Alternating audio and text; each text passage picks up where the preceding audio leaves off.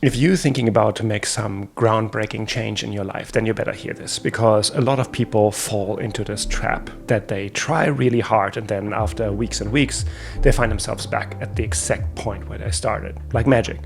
Now, think about the diet, for example. Diet is a huge business. Why? Because most people fail. But it's not so much the diet that fails and that causes people to move on to the next diet and try it again. It has to do something with how we approach change. Because you need to understand what is actually happening in our brains and our body. The secret to change is actually buried in our brains.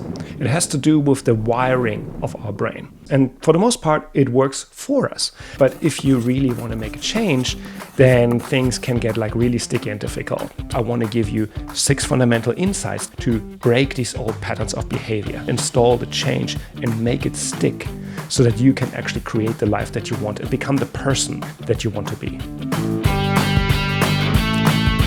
Step 1, know what you want.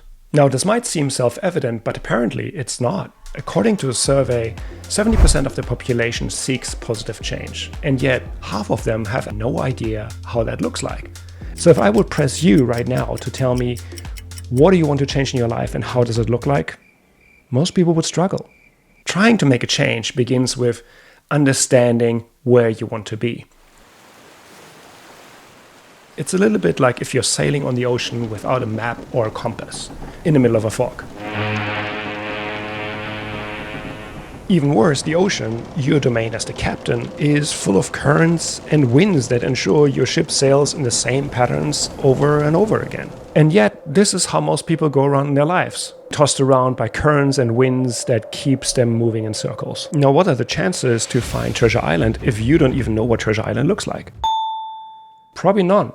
So this is why goal setting and being really clear of what you want to achieve is so important. You will see the difference when you put pen to paper and really write it out. So many things will become much more clear when you actually go into the fine details of how this life would actually look like. And on top of that, it's not only important to have these clear goals, but also to revisit them. Make them your fuel. This is your imagination, your dream time, your fun time. This is where you can see yourself going. And that can be so empowering if you put this in a diary and check back. Every time you make a little progress and celebrate everything that you have done on this day to actually go that direction, you will see your momentum increase. And that is fire.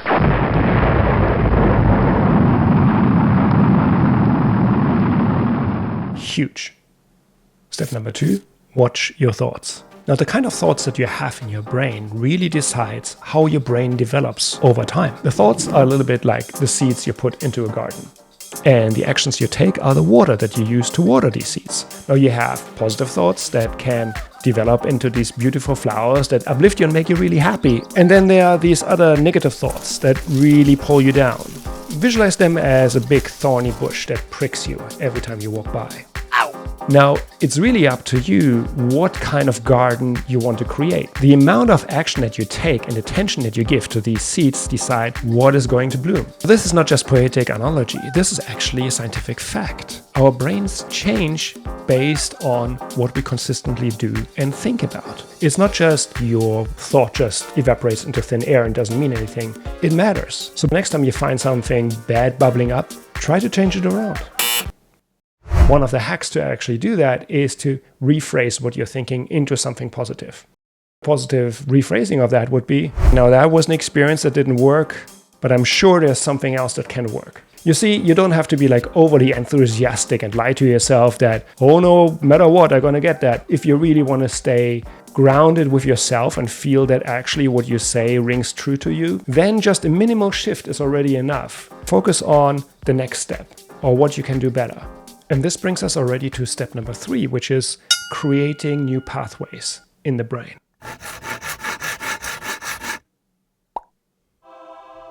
Say our brain is this intense jungle, very dense and uncharted territory. And you are standing right in there and you wonder how you can get from point A to point B. B is something that you want. Say you want to play the guitar.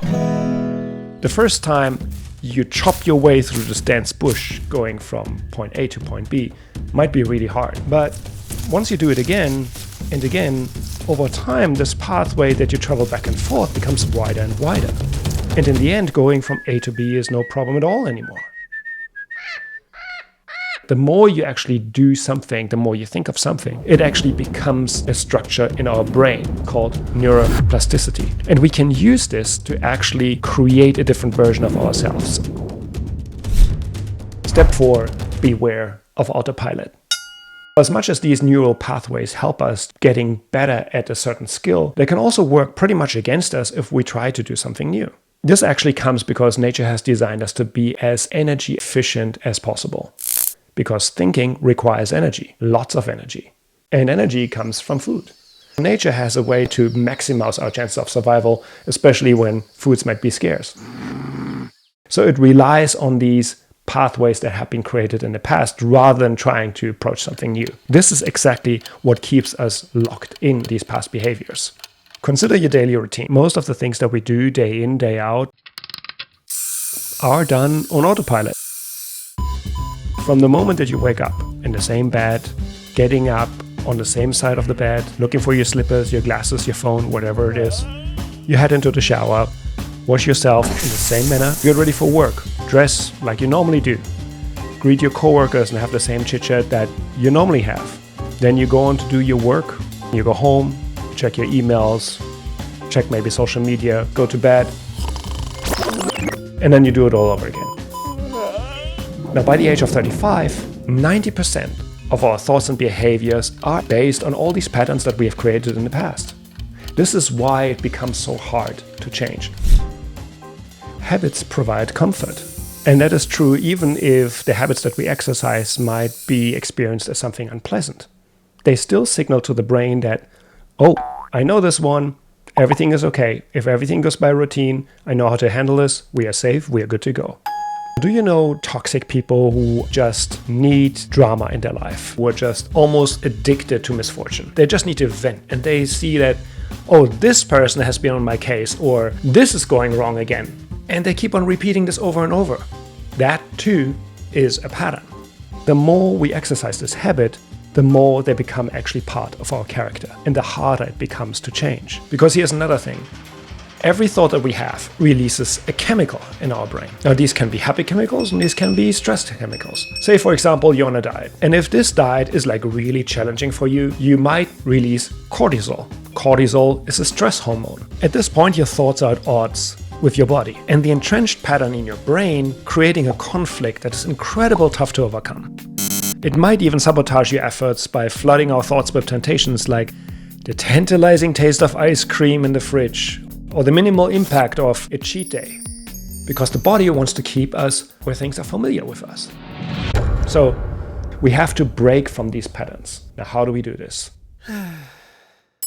Step 5. Rebuild with patience. You cannot make drastic changes overnight to make it long-lasting. If you want to learn to run the marathon, would you try to run the marathon on your first day of training? No, probably not. It's important to make small steps, but keep repeating to build that neural network in your brain to make these changes. Think about this jungle, and you have this water channel established where you go with your boat from A to B. Now you decide suddenly that you want to go to C. Can you just take your boat and paddle through the jungle? No, you can't. You have to dig a new channel. And this takes constant, slow effort. Now, once you get there, things become a lot easier. But patience is really key. Step 6, stay positive. Do not blame yourself. If you try to make radical changes, there will come the time where you actually feel that you want to give up. The worst thing that you can do is to blame yourself. I say that because I used to do that a lot. I was furious with myself of why I didn't reach this goal or another, and it's not helpful. In fact, it works the opposite.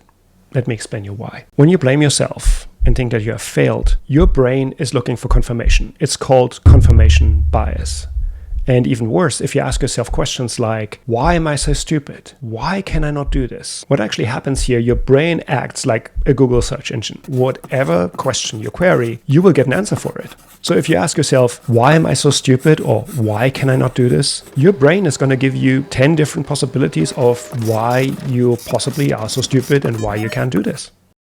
But we can turn this mechanism to our advantage. So instead of having all these negative thoughts, turn them into empowering questions. Instead of asking yourself, why can I not do this? Ask yourself, what's the one thing that I must do to change this? If you ask yourself that over and over, basically your subconscious is going to work on that. Now, you might not have the answer right away, but over time, it will present you with an answer. The more you do this, the more you can anchor this new habit to pull you along and get you to the point of what you want to achieve. So here you have it. These are my 6 steps to understand how neuroplasticity keeps it in one place and how we can use certain techniques to break this pattern. Remember, your body needs time to change. So slow steps, be consistent, be mindful of your thoughts, and then you can rebuild yourself. You know the term, make up your mind?